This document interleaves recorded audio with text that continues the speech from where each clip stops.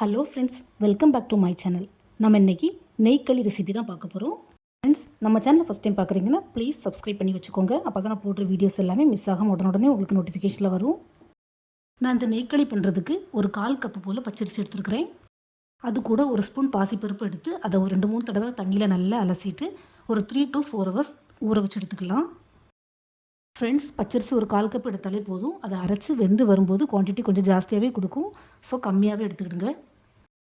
Friends, இந்த நெய்க்களி பண்ணுறதுக்கு ஒரு 4 to 5 இன்க்ரீடியன்ஸ் இருந்தாலே போதும். நமக்கு வீட்டுக்கு கெஸ்ட்டு வரோன்னு இன்ஃபார்ம் பண்ணியிருந்தாங்கன்னா நம்ம டக்குன்னு இதை ஊற வச்சு அரைச்சி பண்ணிடலாம். அந்தளவுக்கு ஈஸியான ரெசிபி தான்.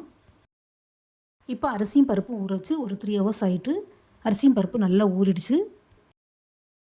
இந்த ஊற வச்ச தண்ணியை கூட ஒரு தடவை அலசி கொட்டிக்கிட்டு நல்ல ஃப்ரெஷ்ஷான தண்ணியில் அலசி மிக்ஸி ஜாரில் தண்ணி இல்லாமல் சேர்த்துக்கலாம். இது கூட அரிசி அரைக்கிறதுக்கு தேவையான நல்ல தண்ணி ஆட் பண்ணிக்கலாம்.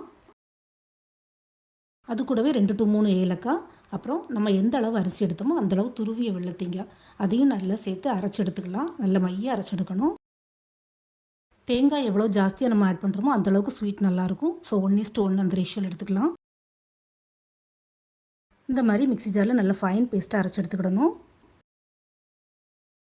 நம்ம ஆப்பத்துக்குலாம் அரைச்சி எடுக்கிற மாதிரி நல்ல ஃபைன் பேஸ்ட்டாக மையாக அரைச்சி எடுக்கணும். அப்போ தான் இந்த ஸ்வீட் சாப்பிட்றதுக்கு நல்லாயிருக்கும். அல்லது அரிசியாக இருக்கிற மாதிரி இருக்கும்.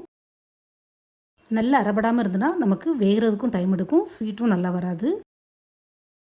இப்போ அரைச்ச அரிசி மாவை பெரிய பரந்த ஒரு பாத்திரத்தில் அல்லது பேனில் மாற்றிக்கிடலாம். அரைச்ச அரிசி உள்ளது எந்த அளவுக்கு இருந்ததோ அதே அளவுக்கு தண்ணி எக்ஸ்ட்ராவாக ஆட் பண்ணிக்கலாம்.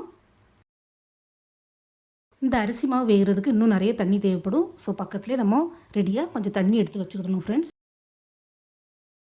இப்போ கேஸ் ஆன் பண்ணி மீடியம் ஃப்ளேமில் வச்சு லைட்டாக கிளறி விட்டுட்டே இருக்கணும். பாருங்கள் ஃப்ரெண்ட்ஸ், மாவு கொஞ்சம் கெட்டியாக ஆரம்பிக்குது. ஆனால் அரிசி இன்னும் வேகலை. அதனால் நான் இன்னும் கொஞ்சம் தண்ணி ஆட் பண்ணிக்கிடுறேன். ஸோ எப்போவுமே இந்த நெய்க்களி ஸ்வீட் பண்ணும்போது ரெடியாக பக்கத்தில் கொஞ்சம் தண்ணி ஸ்டாக் வச்சுக்கிடணும் ஃப்ரெண்ட்ஸ். அல்லது நமக்கு தண்ணி எடுத்து ஊற்றுற நேரத்தில் இது கட்டி பிடிச்சிரும். அதே மாதிரி அடிப்பிடிக்காமல் இருக்கிறதுக்கு கைவிடாமல் கிளறிட்டே இருக்கணும். கொஞ்சம் இந்த அரிசி மாவு நல்லா வெந்து ஒரு கண்ணாடி பதத்துக்கு டிரான்ஸ்பரண்ட்டாக வரணும். அந்த அளவுக்கு நம்ம வேக வச்சு எடுத்துக்கிடணும். ஸோ அது வரைக்கும் கைவிடாமல் நம்ம கிளறிட்டே இருக்கணும். ஃப்ரெண்ட்ஸ், மாவு வெந்து வரும்போது சைட்லலாம் நமக்கு நிறைய ஒட்டி பிடிக்கிற மாதிரி இருக்கும். ஸோ ஓரங்களெல்லாம் நல்லா எடுத்து விட்டுக்கலாம் உள்ளால்.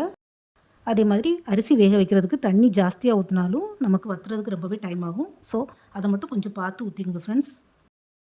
இப்போ அரிசி நல்லா வெந்துடுச்சு. இந்த ஸ்டேஜில் கொஞ்சம் நம்ம சர்க்கரை வெல்லம் ஆட் பண்ணிக்கலாம். எனக்கு மும்பையில் பார்த்திங்கன்னா இந்த வெள்ளை சர்க்கரை தான் கூடுதலாக கிடைக்கும். தமிழ் கேரளா ஸ்டோர்களில் மட்டும் நம்ம ஊர் சர்க்கரை கிடைக்கும். ஸோ கிடைக்கும்போது வாங்கி வச்சுக்கிடுவேன். அதுவும் மழை டயத்தில் தமிழ் ஸ்டோரில் கேரளா ஸ்டோர்லாம் சுத்தமாக கிடைக்கவே செய்யாது. ஸ்டாக் இல்லைன்னு சொல்லிடுவாங்க. ஸோ ரொம்பவே கஷ்டமாக இருக்கும். எனக்கு இந்த மும்பையில் உள்ள சர்க்கரை பார்த்திங்கன்னா சுத்தமாக பிடிக்கவே செய்யாது. ஏன்னா ஒயிட்டாக இருக்கும். எந்த ஸ்வீட் பண்ணாலுமே கொஞ்சம் ஒயிட்டாக தான் இருக்கும். டார்க் ப்ரௌன் கலர் வரவே செய்யாது. இந்த சர்க்கரை வச்சு பாயாசம் பண்ணாலும் இதே மாதிரி தான் வரும். ஆனால் இந்த சர்க்கரையில் கல் மண் சுத்தமாக இருக்காது. ஸோ அது நமக்கு ஒரு அட்வான்டேஜ். முன்னாடிலாம் நான் மேரேஜான புதுசில் நாகர்கோயிலேருந்தே சர்க்கரை வாங்கிட்டு வந்துடுவேன். அம்மா கொடுத்து விட்ருவாங்க. பட் இப்போ இங்கேயே வாங்கி சமாளிச்சிடுறேன்.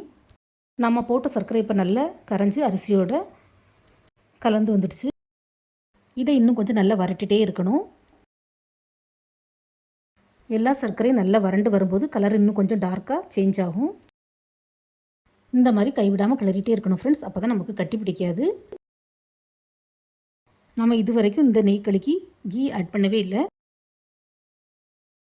ஒரு 4 to 5 ஸ்பூன் நெய் சேர்த்துக்கலாம். ஏன்னா இது கீ நிறையவே இழுக்கும். இந்த ஸ்வீட்டுக்கு மெயின் இன்க்ரீடியண்ட்டே இந்த நெய் தான். ஸோ நெய் கொஞ்சம் ஜாஸ்தியாகவே தேவைப்படும். பேர்லேயே பார்த்தீங்கன்னா தெரியும் நெய்க்களி. ஸோ நெய்லேயே நல்லா வறட்டி எடுக்கணும் இந்த ஸ்வீட்டை. இதை நெய்க்களி அரிசி அல்வான்னு கூட சொல்லலாம். நம்ம கோதுமை மாவில் செய்கிற அல்வாவை விட இந்த அரிசி அல்வா ரொம்பவே டேஸ்ட்டாக இருக்கும் ஃப்ரெண்ட்ஸ். இந்த ஸ்வீட்டை பண்ணி ஃப்ரிட்ஜில் வச்சு ஒரு 3 to 4 days வரை வச்சு யூஸ் பண்ணலாம். இந்த அரிசி தேங்காய் அரைச்சி பண்ணுறதுக்கு பதிலாக அரிசி மாவும் அதாவது பச்சரிசி மாவும் தேங்காய் பாலும் ஊற்றியும் கூட பண்ணலாம். பட் அது டேஸ்ட்டு கொஞ்சம் டிஃப்ரெண்ட்டாக தான் இருக்கும். இது டேஸ்ட்டு வித்தியாசமாக தான் இருக்கும். எல்லோரும் அரிசி மாவும் தேங்காய் பால் ஊற்றி ட்ரை பண்ணியிருப்பீங்க. பட் இப்படி அரிசியும் தேங்காயும் அரைச்சி போட்டு பண்ணியிருக்க மாட்டீங்க. இந்த மாதிரி ட்ரை பண்ணி பாருங்கள் ஃப்ரெண்ட்ஸ். டேஸ்ட்டு செம்மையாக இருக்கும். இந்த நெய்க்களி ஸ்வீட் வாய்க்கிட்ட கொண்டு போனோடனே மெல்ட் ஆயிரும். அந்த அளவுக்கு சாஃப்டாக இருக்கும் ஃப்ரெண்ட்ஸ். பொய் சொல்லலை ஃப்ரெண்ட்ஸ், உண்மையை தான் சொல்கிறேன். நீங்கள் ஆப்பத்துக்கு அரைக்க போடும்போது ஒரு கைப்பிடி போல் பச்சரிசி எடுத்து தனியாக ஊற வச்சு இந்த மாதிரி அரைச்சி இந்த ஸ்வீட் பண்ணி பாருங்கள். டேஸ்ட்டு சூப்பராக இருக்கும். அப்புறம் அடிக்கடி இந்த ஸ்வீட் தான் நீங்கள் வீட்டில் பண்ணுவீங்க. இப்போ நெய்க்களி நல்லா வறண்டு வருது. இந்த ஸ்டேஜில் கூட கொஞ்சம் தாராளமாக நெய் ஆட் பண்ணிக்கலாம். ஃப்ரெண்ட்ஸ், நான் ஆல்ரெடி சொன்ன மாதிரி இந்த நெய்க்களிக்கு நெய் தான் ஹைலைட்டே. ஸோ நெய் கொஞ்சம் தாராளமாகவே சேர்த்துக்குங்க. இந்த நெய்க்களி பண்ணும்போது நெய் ஊற்றுறதுக்கு கஞ்சத்தனமே படக்கூடாது. இப்போ ஸ்வீட் நல்லா வறண்டு கெட்டியாக வந்துடுச்சு. கையை நம்ம நல்லா தண்ணியில் நனைச்சிக்கிட்டு இந்த மாதிரி ஸ்வீட்டில் தொட்டு பார்த்தா சுத்தமாக ஒட்டாமல் வரும். இதுதான் பக்குவம். அதே மாதிரி நம்ம ஊற்றின எக்ஸ்ட்ரா நெய்யெல்லாம் சைடில் எப்படி கக்கி வரும். ஸோ இப்போ கேஸ் ஆஃப் பண்ணிடலாம். இந்த நெய்க்களி ஸ்வீட்டை இப்படியே ஸ்பூன் போட்டு சாப்பிட்லாம். பட் நான் இன்றைக்கி பீஸ் போட்டு பண்ண போகிறேன். இப்போ இந்த மாதிரி ஒரு ட்ரே அல்லது பிளேட் எடுத்துக்கலாம். இதில் கொஞ்சமாக நெய் போட்டு எல்லா சைட்லேயும் தேய்ச்சி விட்டுக்கலாம். மேலே கீழே சைடில் கார்னரில் எல்லா இடத்துலையும் நெய் படுற மாதிரி அப்ளை பண்ணிக்கலாம். இப்போ நம்ம செஞ்ச நெய்க்களி ஸ்வீட்டை எப்படி இதில் கொட்டிடலாம்.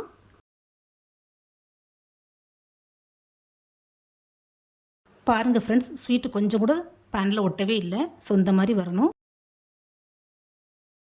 இப்போ இதை நாம் கேக்குக்கெலாம் டேப் பண்ணுற மாதிரி நல்லா டேப் பண்ணி விட்டுக்கலாம். அப்போ தான் எல்லா இடமும் ஈவனாக ஸ்ப்ரெட் ஆகும். பீசஸும் நமக்கு ஈக்குவல் ஷேப்பில் கிடைக்கும். இப்போ இதுக்கு மேலேயும் நம்ம கொஞ்சம் கீ அப்ளை பண்ணிக்கலாம். கீயை ஊற்றிக்கிட்டு ஸ்பூனை வச்சு இந்த மாதிரி நல்லா அழுத்தி விடணும். அப்போ தான் நல்லா செட் ஆகும். சூடாக இருக்கும்போதே பண்ணிடணும். இந்த மாதிரி நல்லா சமன் பண்ணி கொஞ்சம் நேரம் நம்ம ஆற விட்டுறணும். நல்லா ஆறின பிறகு நம்ம இதை பீஸ் போட்டு எடுத்துக்கலாம். இந்த நெய்க்களியை பீஸ் போடாமல் நம்ம அப்படியும் பவுலில் வச்சு சாப்பிட்லாம்.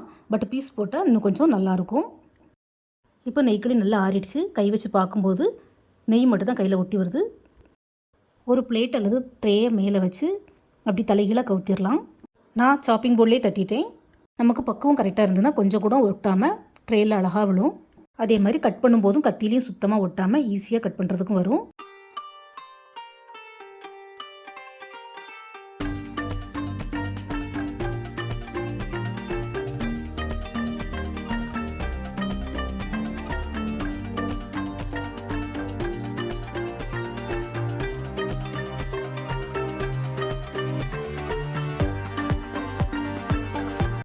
ஸோ அவ்வளோதான் ஃப்ரெண்ட்ஸ். வீட்டுக்கு அதிரடியாக வரக்கூடிய விருந்தாளிகளுக்கு உடனடியாக செஞ்சு அசந்துங்க ஃப்ரெண்ட்ஸ். இந்த ஸ்வீட்டை அரிசி அல்வான்னு சொல்லலாம், நெய்க்களின்னு சொல்லலாம். ஸோ இந்த மாதிரி நீங்களும் வீட்டில் ட்ரை பண்ணி பாருங்கள் ஃப்ரெண்ட்ஸ். எப்படி வந்ததுன்னு உங்களுடைய ஃபீட்பேக்கை கமெண்ட் பண்ணுங்கள். இதே மாதிரி வேறையும் நிறைய யூனிக்கான ரெசிபிஸ் அப்லோட் பண்ணியிருக்கிறேன். என்னுடைய சேனலை சப்ஸ்கிரைப் பண்ணி பார்த்துங்க ஃப்ரெண்ட்ஸ். இந்த வீடியோ பிடிச்சிருந்தால் மறக்காமல் லைக், ஷேர் அண்ட் சப்ஸ்கிரைப் பண்ணுங்கள். தேங்க்ஸ் ஃபார் வாட்சிங்.